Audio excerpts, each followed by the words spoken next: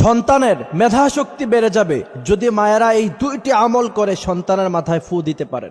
আব্বাস রাদিয়াল্লাহু তাআলা আনহুর জন্য আল্লাহ নবী সাল্লাল্লাহু আলাইহি ওয়াসাল্লাম যে দোয়া পড়েছিলেন এবং ইবনে আব্বাস রাদিয়াল্লাহু তাআলা আনহু সেই দোয়ার ফলে অত্যন্ত মেধাবী হয়েছিলেন, অনেক হাদিস তিনি মুখস্থ করতে পেরেছিলেন। আল্লাহ নবী সাল্লাল্লাহু আলাইহি ওয়াসাল্লাম হযরত ইবনে আব্বাসের জন্য তখন দোয়া করলেন, আল্লাহুম্মা ফাক্কিহু ফিদ্দীন, হে আল্লাহ আপনি ইবনে আব্বাসের ইলমে ফিকহের জ্ঞান বাড়িয়ে। মা বোনদের জন্য প্রথম আমল হলো সন্তান যখন ঘুমিয়ে যাবে নিয়মিত রাতের বেলা তার মাথার মধ্যে এই দোয়া পড়ে ফু দিবেন, আল্লাহুম্মা ফাক্কিহু ফিদ্দীন। এই দোয়া সন্তানের মেধা এবং স্মৃতিশক্তি দিন দিন বৃদ্ধি পাবে। এবং দ্বিতীয় নাম্বার যে আমল সেটা আল্লাহ রাব্বুল আলামিন নিজেই শিখিয়েছেন, সে আমল হচ্ছে রব্বি জিদনি ইলমা রব্বি ইশরাহ লি সাদরি ওয়া ইয়াসসির লি আমরি ওয়াহলুল উকদাতাম মিন লিসানি ইয়াফকাহু কওলি।